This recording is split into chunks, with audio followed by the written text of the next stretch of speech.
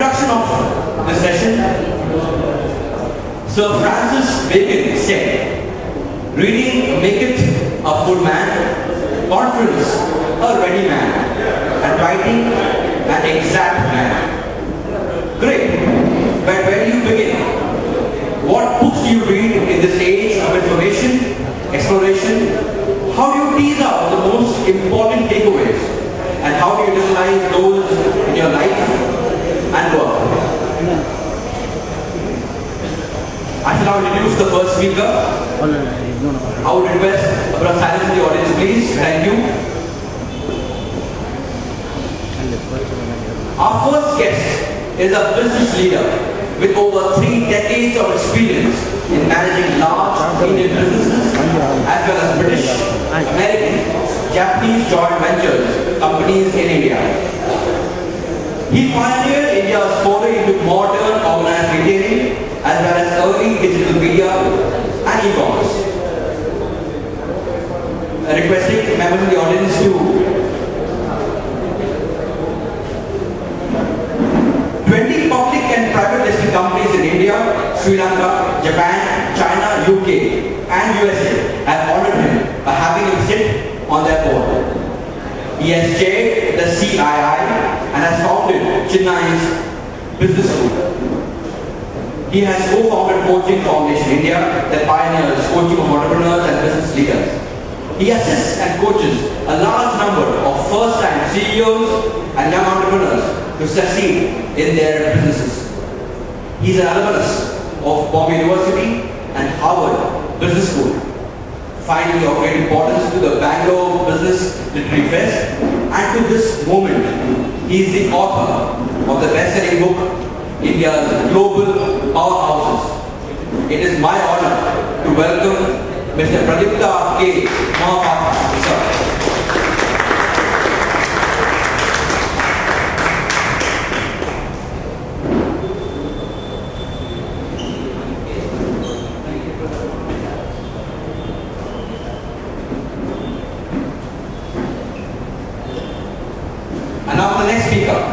In a career that spans only 14 years, she has created an astonishing body of work in brand marketing, strategy, and international consumer marketing.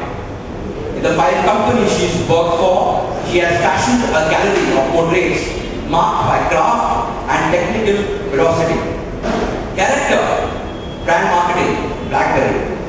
Chief Commercial Officer, AirAsia. Chief Marketing Officer, Zafin, Vancouver.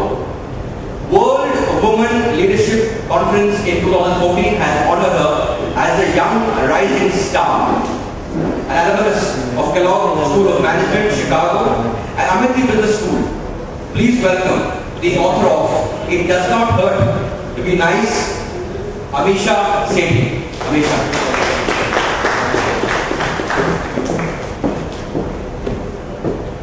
And now take over from me as the moderator.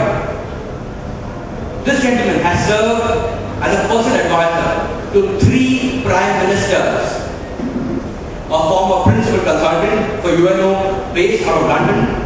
He holds the distinction of being ranked among the top 10 management thinkers by Harvard and London School of Economics, and the who's who in the world in 2012-2013.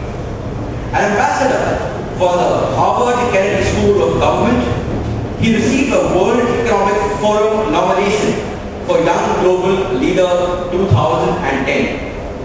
Author of the #1 Indian bestseller, Open Source Leader, and the global bestseller, Decide to Lead. Please welcome the moderator of this session, Sangeeth, Varghese.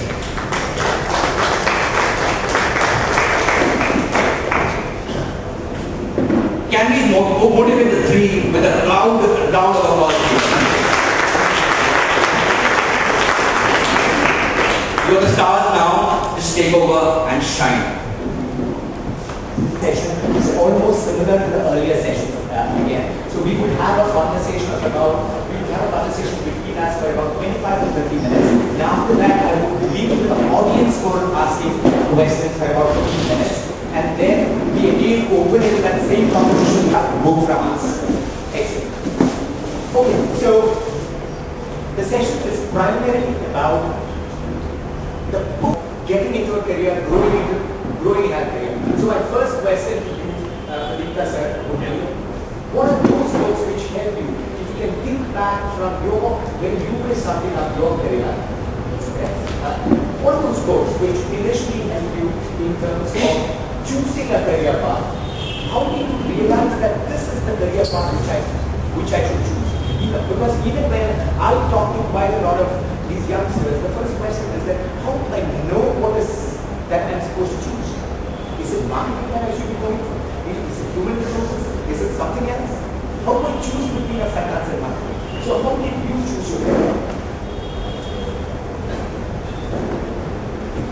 Thank you, Sangeeth. Friends, I wish the answer was as easy as the question. So the real answer is I didn't know. And the real answer is I really didn't go about choosing my career. And one of the reasons things were loaded, I'm what I call a significant adult, which means I've crossed 65. So unlike the previous group, I can actually say what I like. No, never mind that. So I grew up in a small town. Many of whom may have read the name of the town in one of the Nobel laureates books. The Nobel laureate is called Garcia Marquez. Have you heard of him? 100 Years of Solitude. Those of you who read that book, will you remember where Garcia Marquez or his protagonist grew up in the city? Oh, it's a famous book and a famous name. The name of the place is called Cuttack. He refers to fondly the name of the place as our Cuttack. I grew up in Cuttack. Most who studied in English language called it Cuttack. That's where I grew up. Cuttack in the 60s didn't have a bookshop. Other than those who sold us what we needed for our school and college. There was, however, like many of the cities like Cuttack, one bookshop that came on wheels and carried the name of A.H. Wheeler. Many of my generation who grew up in Patnas and Cuttacks will identify with that. H. Wheeler was a bookseller who always had a store in the railway station. 3 times a week, I went to H. Wheeler to see if any new book has arrived. Typically, Penguin books of those days were available for between what was then called 12 annas and 15 annas. So, I was introduced to an early author for no particular reason. His name is Vidya Naipaul. In the 60s, Vidya Naipaul was not as well known as he is today. He obviously was nowhere close to getting his Nobel Prize. The first book that I picked up was a fortuitous book. And it was the first in a line of many books, virtually every book of V.S. Naipaul that he has written, which I got to read over the next 10 or 12 or 15 years. The name of the book, as many of you will know, is called A House for Mr. Biswas. I was absolutely delighted to read it. The setting was Trinidad. But the setting there, quite strangely, I didn't know nothing about Trinidad, sitting in Cuttack. I knew it was some alien land. But I knew enough from the book now to realize lots of people, particularly from Orient, eastern part of India, have migrated. And I began to imagine they may not only have been Biharis, they could well have been some from my village or neighborhood in Orissa, who may have gone and may have been even the forefathers of V.S. Naipaul. These are my imaginations. So I fell in love because it is for the first time in my mind that I figured as to what is it to be alien. What is it to be alien in a very different culture? And how an alien culture could pick you up to fall in line, and how, if you have the spunk in your DNA, you could actually save the DNA to survive with your grandchildren and great-grandchildren and many others, which I began to learn many years thereafter when I visited countries like India and Suriname. That book inspired me like nothing else in my life. A fundamental that you may be lonely from Cuttack where you come from, but there are similar genetic pools all over. The most important thing I picked up, every genetic pool is pretending a degree of superiority. And I also learned that they have no special moral right to claim their superiority. On that, there could be great similarities as much as there could be great learning. A learning that stayed with me. And I must put the clock back, if you permit me a minute, many years. Many years thereafter, of the many professions that I took on, purely by accident, even though I was trained as a chemical engineer, to become a filmmaker. And I made quite a few films. While I became a filmmaker, once in the drawing room of Aparna Sen, then quite an astute filmmaker, sir, we began to talk over a glass of whiskey about this particular book, A House for Mr. Biswas. I said, Aparna, do you think whether that has been filmed? Aparna said, as far as I'm concerned, it has not been filmed. I said, then we can try for getting the rights.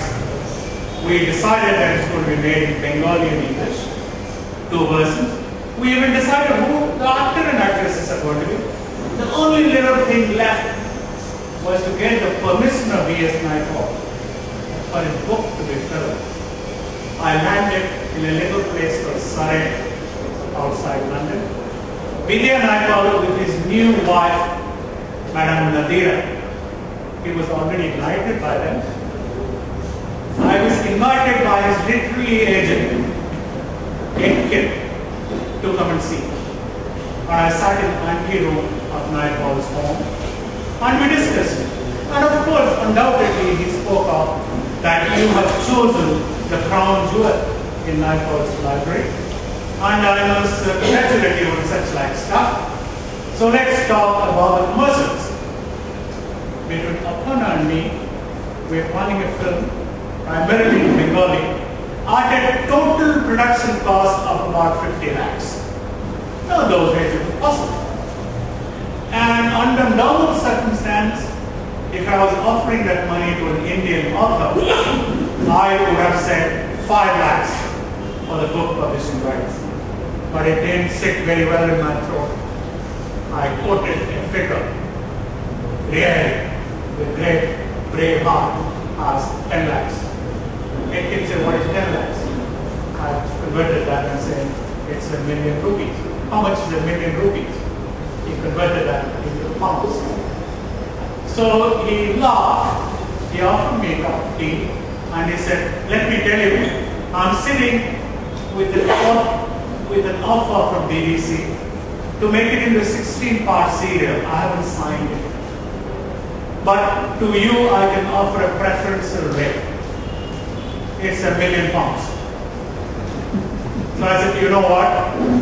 My whole film budget is only 5 million rupees. So he said, you think it through. I said, I'll also think it through. I made a counter offer. I was young. To Etkin. I said, Etkin, do you know I live in India? He said, yes. We're not a signatory to these rights. He said, yes, I know that, but soon you might be. I said, I have a friend of mine who goes by the name of Sethi Dutt.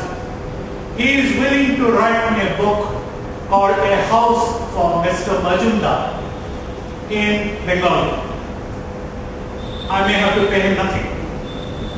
You might think of the consequences of my offer. I was very angry, so sad. Naipaul never turned up to say hi to me. Madam Nadira turned up to say hi to me. Kind of motivated me to go back and have a serious thought. This had, as a memory goes back, a long 30 years gap between a 35-year gap between one event to other. These have nothing to do with the career that I made, but these have extremely significant impact as to what it takes to read through every page of what Naipaul had written, not because he became a novel, but the impact in me is as great as going to some of the top business schools of the world, if not greater. And if I have an appeal for younger people, is to have a life way beyond what the management professor, including the venerable one here, who actually spoke of a little while earlier, that go to a good business school and never go to. I take his advice seriously. Never go to a good business school or otherwise. Learn from the life as you walk the streets of city of Bangalore. There's plenty lying there to learn. Over to you. Sorry for being long. Excellent, excellent. In fact, I want to probe you a bit more before I come over to Amisha. I find it as a very strategic move. You are sitting in front of somebody who's a stalwart, who is Naipaul, and as a 20-year-old man, right? 20-year-old boy, man, whatever. When I read him for the first time, I was probably 15. When you met up with him? When I met up with him, I was in my late 30s. So what were the lessons which you took from that particular meeting with a legend like Naipaul? What was it like? What is the kind of impact which it had on your life afterwards? Or how did it change your career? So I didn't meet Naipaul in Surrey. He didn't come out. I felt defeated, having put 10 lakhs on the table, to tell him I also want an autograph from Naipaul. I was old enough to know that. He had waited 10 years more for Naipaul to come to the city of Calcutta, where I used to live those days. He came while he was writing his book called Million Degrees, where for the first time Naipaul took a kind of view towards what's happening in India. He was actually interviewing a friend of mine and his wife on what's happening to the so-called early double income educated families in India. And in that context these two appeared. And they offered me an opportunity to meet Naipaul, which I had. I did describe what happened in the fateful meeting in Surrey with his literary secretary. He smiled, but obviously I didn't stress that out. So what happened between then when we crossed and now is that while in my jest I offered Naipaul's literary agent that I'll get somebody else to write a book called A House for Mr. Majumdar. For many years it bugged me by saying, did I did the right thing, or was I too aggressive? And constantly the reply that came back to me by saying, you should have held back. You failed short of displaying empathy, much less respect to somebody, which in any case you have learned to respect very early in your life. Why could you have ended up doing that? That's one lesson. A lesson of restraint. Nobody to learn any better than Naipaul, as many of his subsequent books. The second thing I learned from Naipaul, and that keeps me boiling all points in time, is really to say that there is nothing called, this is my view in life, and then there is a word of finality. There is no such thing as finality. There is no such thing that I learned in my life called memory. There is nothing called memory. When you begin to study the science of neurology, taught in no place any better than my old university's medical school, namely the Harvard Medical School, they tell you that what human beings claim as memory is actually reconstructed memory. So you live in a state of illusion and reconstructed memory. So you can actually change your views, your outlook, what you said in the past, what you wish to say in the future. So it's really like many things in a cliched way. What it taught me is that you can change as long as you're bold enough to admit by saying, 10 years ago, I said exact opposite. That's the lasting thing that will. Excellent. You seem to be fairly young. And most importantly, she comes across to me as somebody who is very ambitious. A young and ambitious. So in your early part of your career, what really honed your ambition? And what part you decided that this is what I need to become? Okay. So, good afternoon everyone. So you know what, as a very young, normal, average IQ girl, I used to read, when I was in college, I used to read, I used to feed on Hills and Books and Hardy Boys and Nancy Drews till the final year of my college. And I used to go ahead and read all kind of Sethi novels.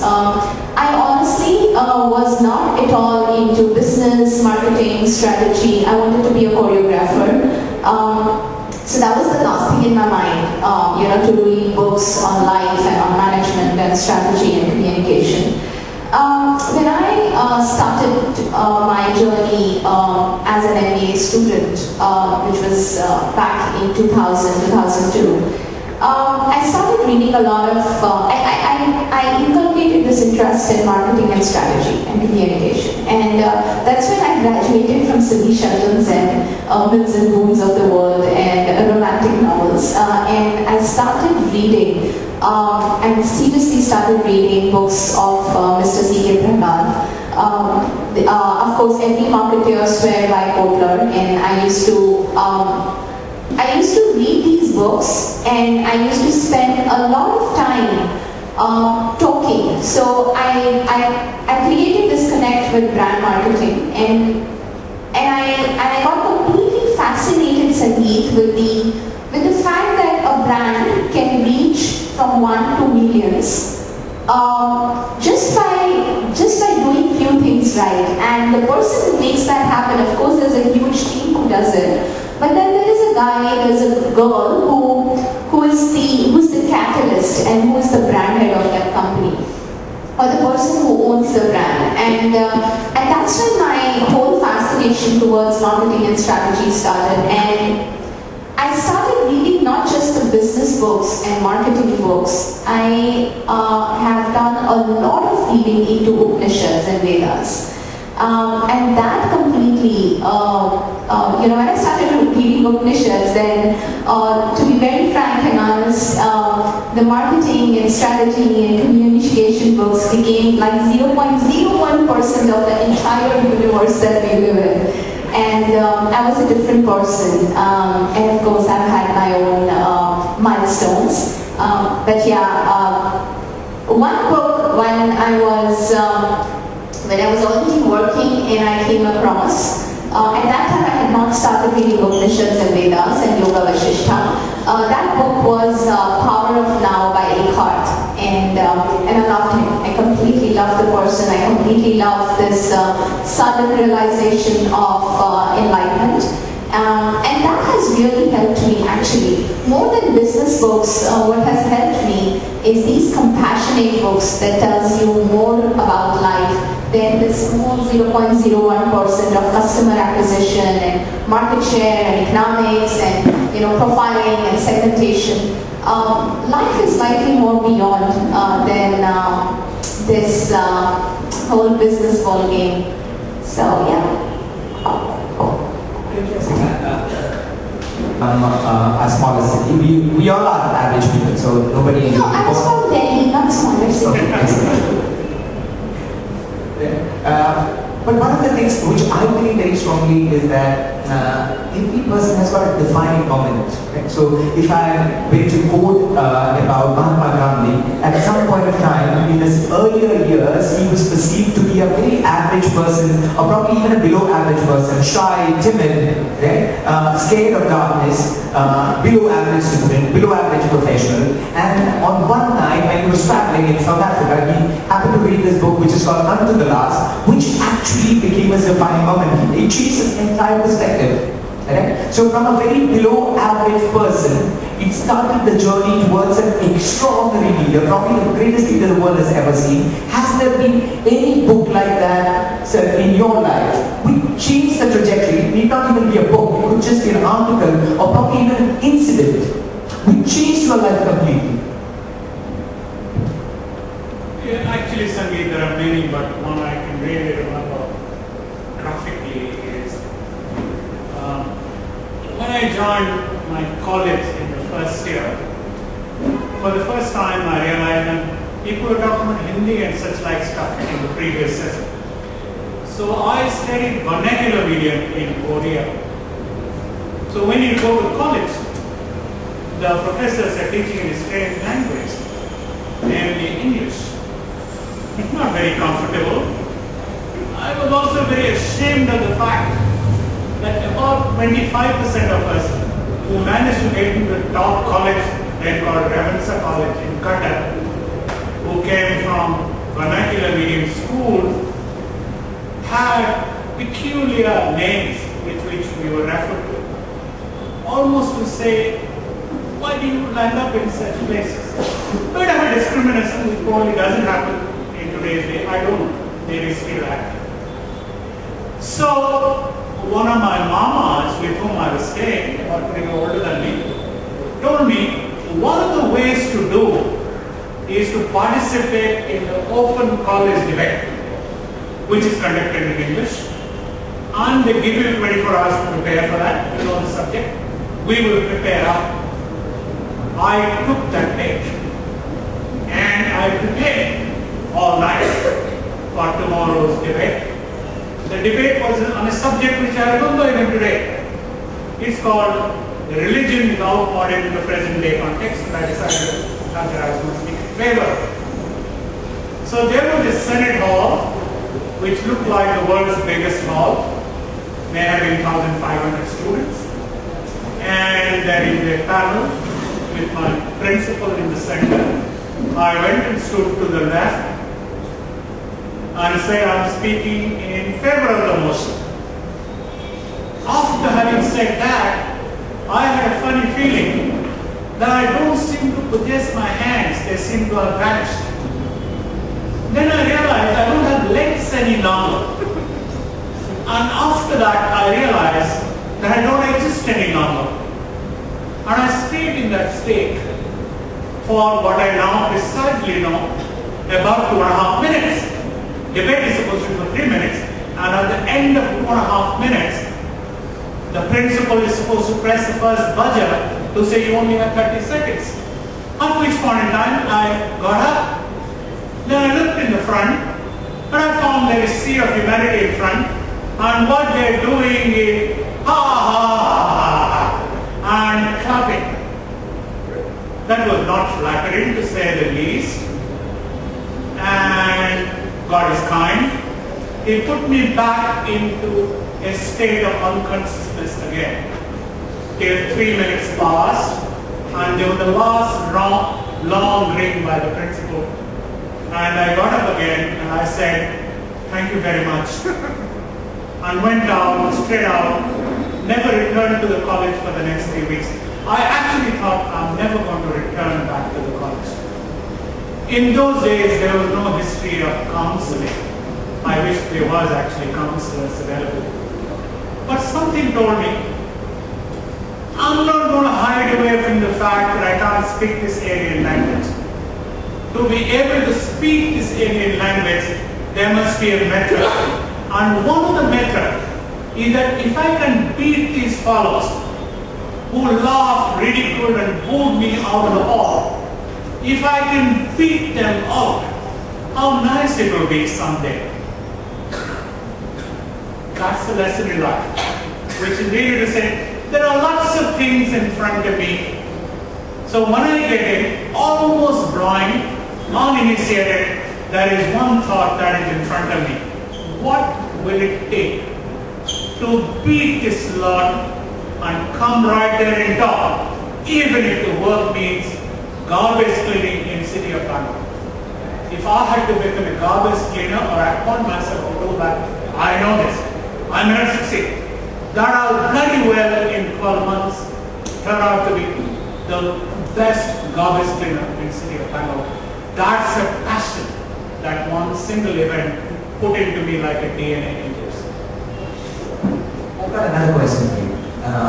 You've dabbled with multiple things and you've been successful in those different diverse things you've been doing. Okay? If you could write a letter to your younger self, or if you could tell your slightly younger self, or this is what my advice for you, what would that be? It's for you. It's for you, Amisha. Yeah. Well, if I have to talk to my younger self, I'll ask her to calm down. And I'll ask her to have patience and fear nothing in life. Just go with the flow. Just enjoy every single moment, the beauty, the nuances of every breath that I'm taking, and just enjoy life to the fullest. There is nothing worth controlling in life, and there is nothing worth so much that you have to go after like crazy. Just enjoy life, soak into every moment, smile, and just be kind by heart. That is the letter I'm going to write to my younger self, and I'm just going to give these 10 words. That's it. Honesty, trust, fear nothing, live beautifully, and just spread joy and smile. I have had my own journey to realize these beautiful, very, very, very, very simple words. You know, these simple words are so simple that we make it complicated. We don't understand them in our everyday life. We chase things, and while we are chasing things, and things here I mean a designation, a BMW car, a Versace brand. It could be anything. When we even chase family, to be very frank. When we get married, we want to chase and have a baby soon. When we have a baby, we want to chase and have him, go to school. When he go, the poor little kid, when he goes to school, we chase for his marriage suddenly. So which is not worth it. So while we are chasing those moments, which we think are going to bring happiness to us, what is more important right now, this particular moment, is to live in reality. And that reality is you. The reality is me. And just bear with me for a second when I say this. The reality is your inner self. The reality is Amisha, and not my family, not the designation which Amisha carries, that she is 40 years of experience and blah blah blah. It is my inner beauty and my soul. Is what matters in a short run, in a long run, and till I am in this form. So, very importantly, I realized that only, unfortunately, when I turned 30. I wish I had realized that when I was 8-year-old. I would have enjoyed my 8 to 30 life like crazy. So yeah, I think that is what I'm going to write to younger Amisha. Interesting. She's the youngest of the lot and she speaks as the oldest. Very interesting. If I were to write a letter to my younger self, I would actually do probably exactly the opposite. I would ask my younger self to hurry up. You don't really have time for all these things, right? So you really need to hurry up, because I believe very strongly that probably the real productivity, the real game-changing things you could do until you are around 40, mid-40s probably. Beyond that, you're just repeating the stuff which you've already done.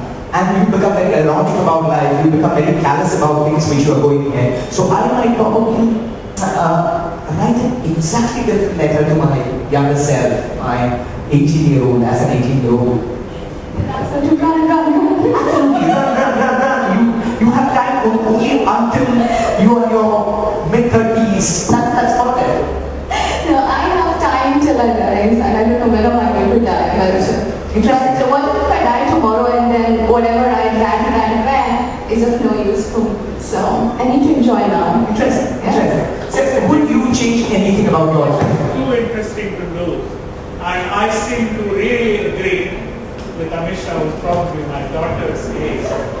One of the things I'm very struck is her opening line, which is, calm down, my child, calm down. To me, that is really huge wisdom. And calm down, one of the implications for me is Andre Marlowe, the Indologist implication, namely to say, am I at peace with myself? In one thing. Easy to say, tough to achieve. But only where I have differences with Amisha is really what I said, you must clearly be like the Pacific Ocean. Calm, Pacific. But the key one I'll be watching for, if I'm talking to my son or me 40, 50 years ago, I would say, where is the evidence of the volcano within? And no human being is a human being if he hasn't built a method of generating a volcano within.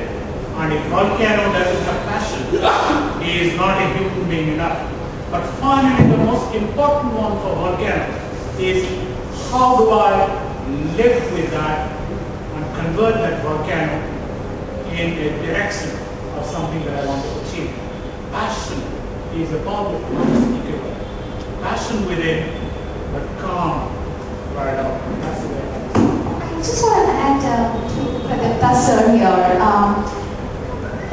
That I think very beautifully said that there is this inner dormant fire which we all have, which at times we say, we can see the fire from inside and we know that, okay, this is the direction where I want to go, this is my passion. I'm sure in everyday life we say, oh, you know what, photography is my passion, but you know what, I have this job and I can't really spend time on it.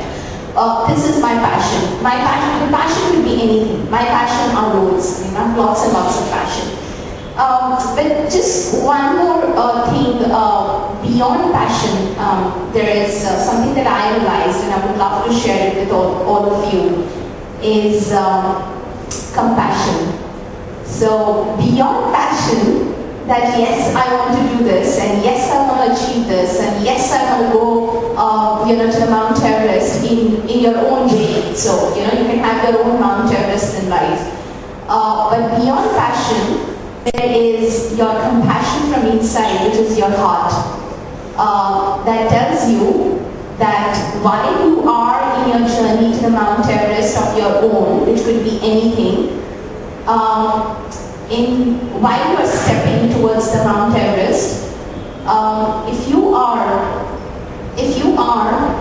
compassionate and beautiful from inside and calm from inside, and to the people around, you're going to be in a realm which is so beautiful that you don't have to wait to be at the Mount Everest peak to enjoy. I don't know if you get me or connect with me, but it is not about reaching here. It is about when you go and you're nicely navigating your way, you're enjoying every bit of that moment. And that would come if you're compassionate, not just passionate. Well, after this conversation, my note to my younger self would definitely change. I would probably write, do not read too much out of business literature.